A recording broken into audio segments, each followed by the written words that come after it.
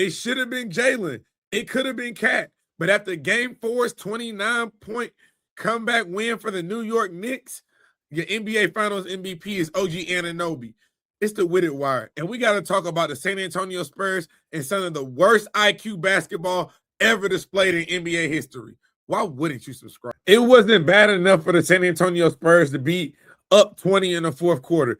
It wasn't bad enough for the San Antonio Spurs to have blown a 29-point lead in the NBA Finals. But De'Aaron Fox, they put you on the floor to play like a veteran. You're up 1 point with 9 seconds left. Why do you go shoot a layup? You are 100% taught as a point guard at the age of 6 that if you are up 1 with 9 seconds left, you hold the basketball. You force them to foul you. You go knock down your free throws. Bombers. We going back to San Antonio 2-2. And WEMBY clearly ran out of gas this game. At one point in time in the second half, he had missed 11 straight shots until he made that mid-range right above the free throw line. But he also missed those 2 clutch free throws when they were up 1. This is just an epic collapse. And Stephon Castle, you can't come out in one moment say you're going to win 3 games in a row in the NBA Finals and then proceed to follow that up with the 2 for 7 performance. It don't work like that. This is also something that must be harped on. Mitch Johnson is coaching like trash. The San Antonio Spurs have no offensive identity whatsoever. They do not have a play that they can go to that is an automatic bucket for them. Everything is iso ball, and it showed. There is no way you see this league seemingly dissolve like an antacid, and yet you can do nothing to stop it. Basketball analysts, don't come out here tonight and in the morning and tell me how good Jalen Brunson played when he shot literally 12 of 25.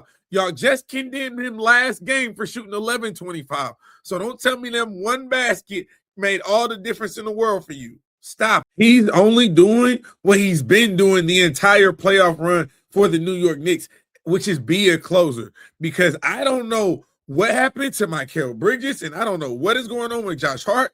Yeah, they are contributing in other ways on the basketball court, but they have become a shell of themselves offensively the last 2 games. Yeah, you can talk about what Josh Hart did early on in game 3 to help keep them in the game, but looking at the stat line that I see, he barely showed up. But what we need to do is be praising OG for being a model of consistency.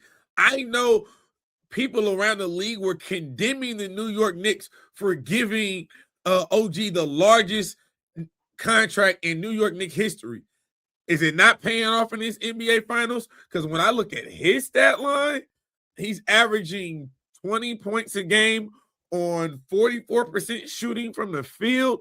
And I want to say he's shooting 40% from 3-point. And then ultimately, I have no idea what's going on with Karl Anthony Towns. He has also come down to earth. Now, the one thing I will say about him, he is getting in foul trouble more frequently, which is something my cousin said early before this series started would be a factor.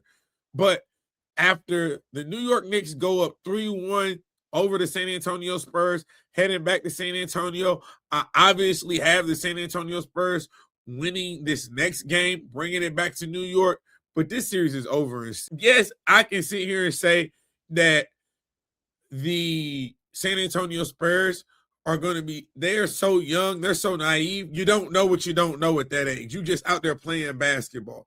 However, there's also something to be said about losing a 30-point lead in the NBA Finals that is just backbreaking for an organization and for a young team like the San Antonio Spurs. But I'm definitely looking forward to, what are we at? Saturday night being the next game, I do believe.